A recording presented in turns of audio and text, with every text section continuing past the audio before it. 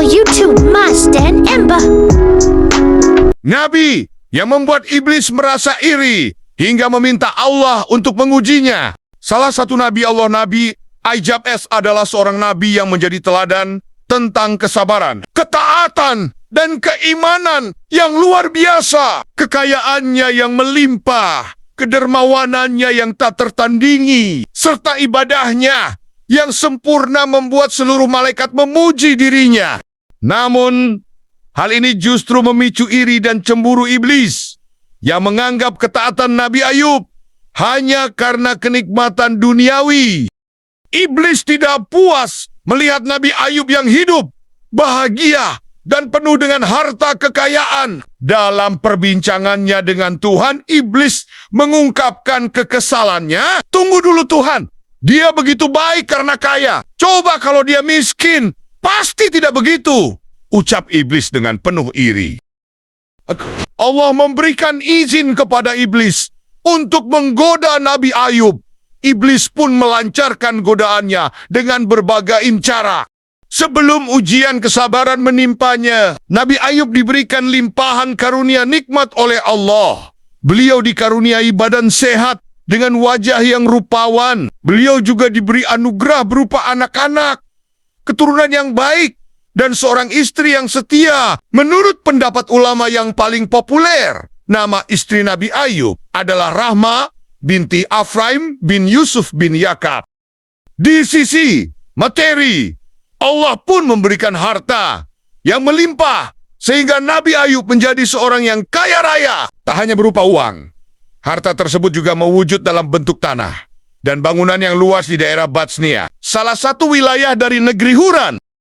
Beliau juga memiliki bermacam binatang ternak dalam jumlah yang sangat banyak hingga tak ada orang yang bisa menandinginya. Binatang ternak tersebut berupa unta, sapi, kuda, keledai, dan kambing.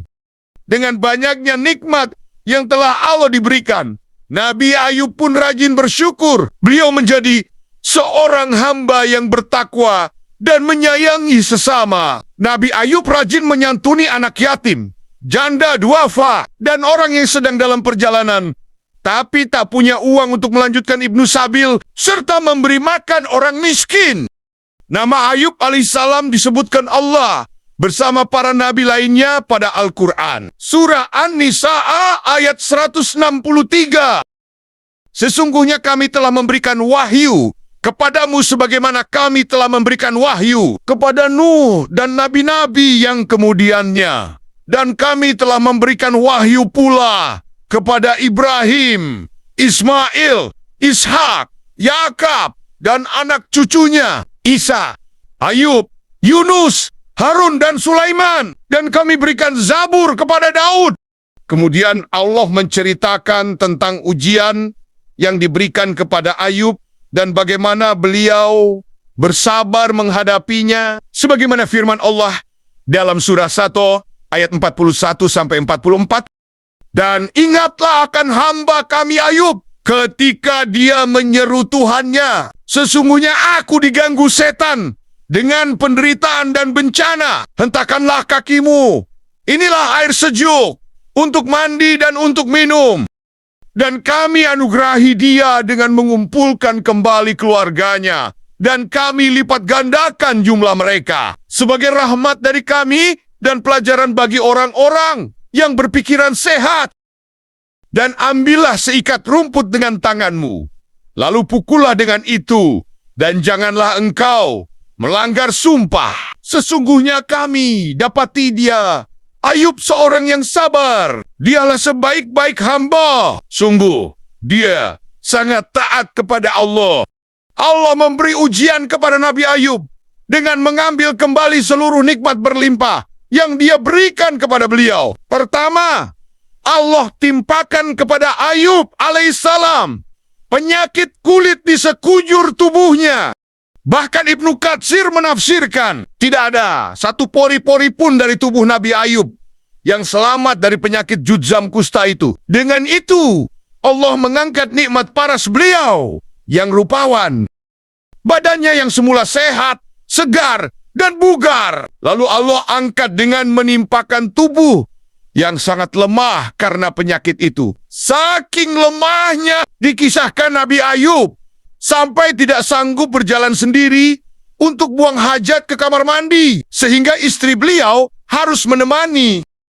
Putra-putri beliau pun Allah ambil. Semuanya meninggal dunia. Tak sampai di situ. Harta Nabi Ayub yang berlimpah dan tak ada yang menandingi jumlahnya juga Allah tarik kembali.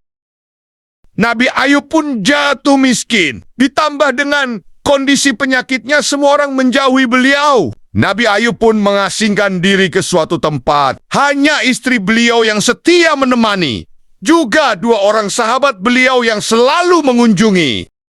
Para ulama pun berselisih pendapat mengenai berapa lamanya Nabi Ayub menjalani ujian tersebut. Ada yang mengatakan bahwa Nabi Ayub sakit selama 18 tahun. Ada juga yang berpendapat hanya 3 tahun saja. Sebagian ulama ada pula yang menyebutkan bahwa Ayub alaihissalam ditimpa musibah tersebut selama Sevan 2007 bulan 7 hari.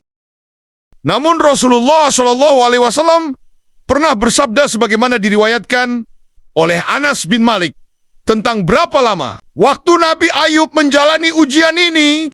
Sesungguhnya Nabiullah Ayub alaihissalam berada dalam ujiannya selama 18 tahun. Baik keluarga dekat maupun keluarga jauh menolaknya.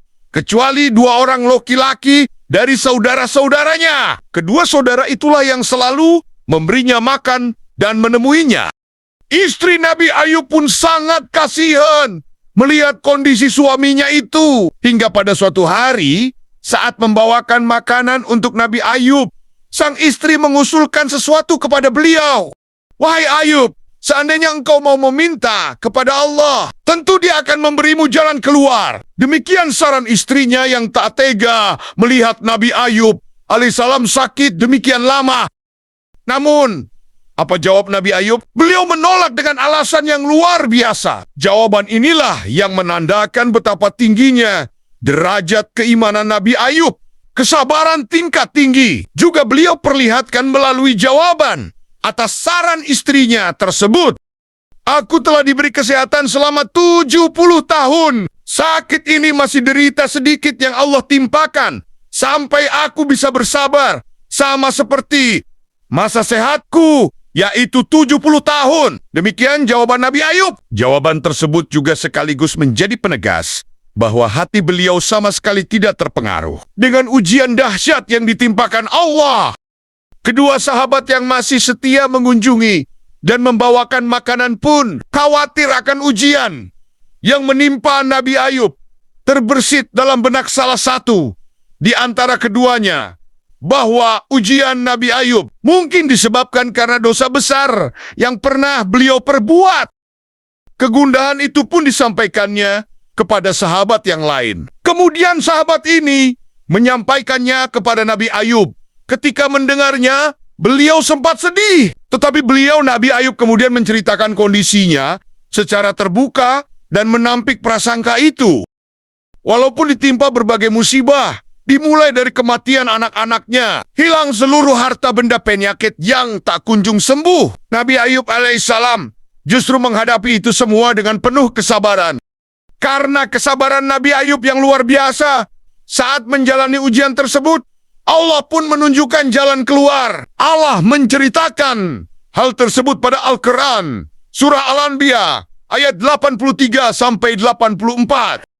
Dan ingatlah kisah Ayub ketika dia berdoa kepada Tuhannya, "Ya Tuhanku, sungguh aku telah ditimpa penyakit, padahal Engkau Tuhan yang Maha Penyayang dari semua yang penyayang.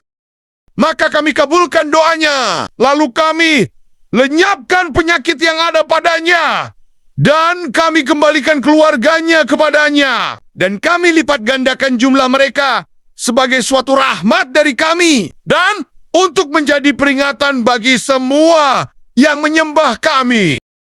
Kisah tersebut sama dengan firman Allah pada surah Sad, ayat 41 sampai 44 di atas. Allah mewahyukan kepada Nabi Ayub untuk menghentakkan kaki beliau ke tanah. Kemudian dari sana Allah pancarkan mata air yang sejuk. Nabi Ayub pun bergegas mandi di mata air tersebut hingga sembuhlah penyakit kulit dari badan beliau. Allah juga memerintahkan kepada Nabi Ayub untuk minum dari mata air tersebut. Kesejukan airnya kemudian mampu membasuh batin Nabi Ayub, sehingga beliau kembali sehat bugar. Lahir dan batin, kekuatannya pun kembali pulih, bahkan seperti tidak pernah sakit. Saat beliau hendak menemui istrinya, sang istri sempat tidak mengenali Nabi Ayub. Walaupun Nabi Ayub tampak sama seperti saat beliau sehat dulu, sebetulnya sang istri mengingat postur dan wajah Nabi Ayub sebelum sakit itu. Akan tetapi, dalam bayangan istri Nabi Ayub, beliau masih lemah dan berpenyakit kulit, sehingga ia tidak menyangka bahwa sang suami akan sembuh lebih cepat. Keduanya pun bersuka cita, mengucap syukur kepada Allah. Sesuai firman Allah pada surah Al-Anbiya dan surah As-Sad tersebut di atas, bahwa Allah juga mengembalikan anggota keluarga Nabi Ayub dengan jumlah yang berlipat ganda. Harta Nabi Ayub juga Allah kembalikan lagi sebagai hadiah atas keridaan beliau menjalani ujian. Dalam beberapa riwayat dikisahkan untuk mengembalikan harta kekayaan Nabi Ayub, Allah mengirimkan 2 awan. Satu awan menaungi gundukan gandum, sedangkan awan lainnya menaungi gundukan juawut.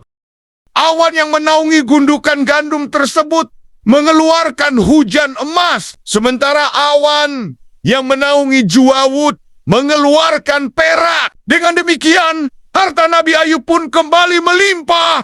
Dalam versi yang lain, dikisahkan Nabi Ayub memiliki 2 peti. Satu peti tempat menyimpan gandum, dan satu lagi tempat menyimpan jewawut. Allah mengirimkan kedua awan untuk menghujani peti gandum dengan emas hingga luber. Awan yang satu lagi mengguyurkan perak ke peti jewawut hingga meluap pula.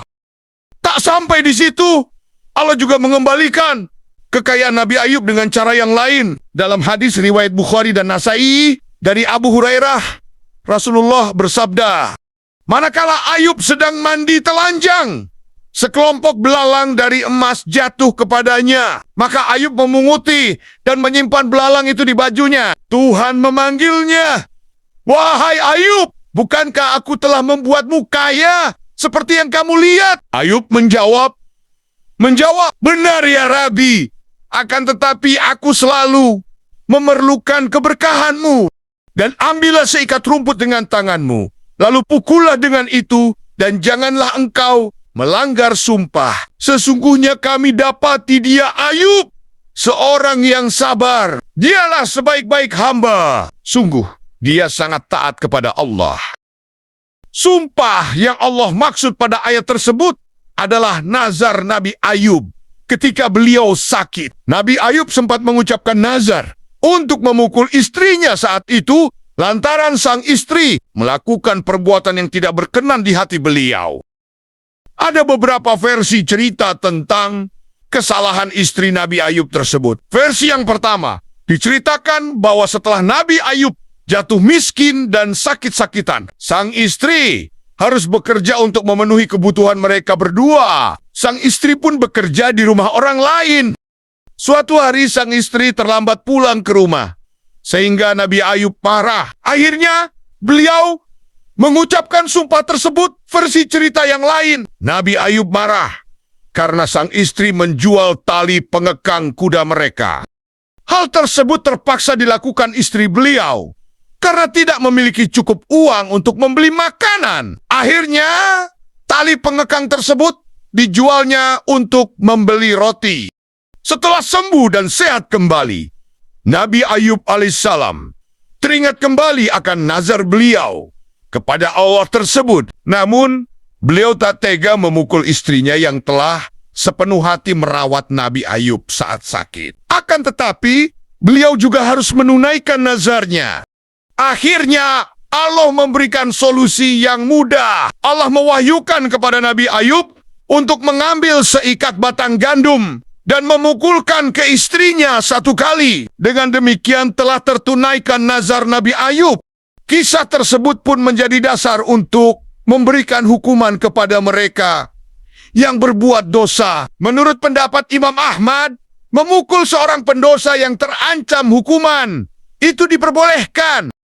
Dari kisah Nabi Ayub kita belajar bahwa semua harta dan anak-anak yang dikaruniakan Allah hanyalah titipan di dunia. Pemilik sejati dari semua yang kita miliki saat ini hanyalah Allah Subhanahu wa Ta'ala. Sewaktu-waktu Dia bisa mengambilnya kembali. Karena itu kita hendaklah selalu rendah hati, meski menderita dalam waktu yang tidak singkat. Nabi Ayub senantiasa berprasangka baik kepada Allah. Tingginya keimanan yang beliau miliki membuat Nabi Ayub yakin bahwa semua yang Allah berikan adalah yang terbaik.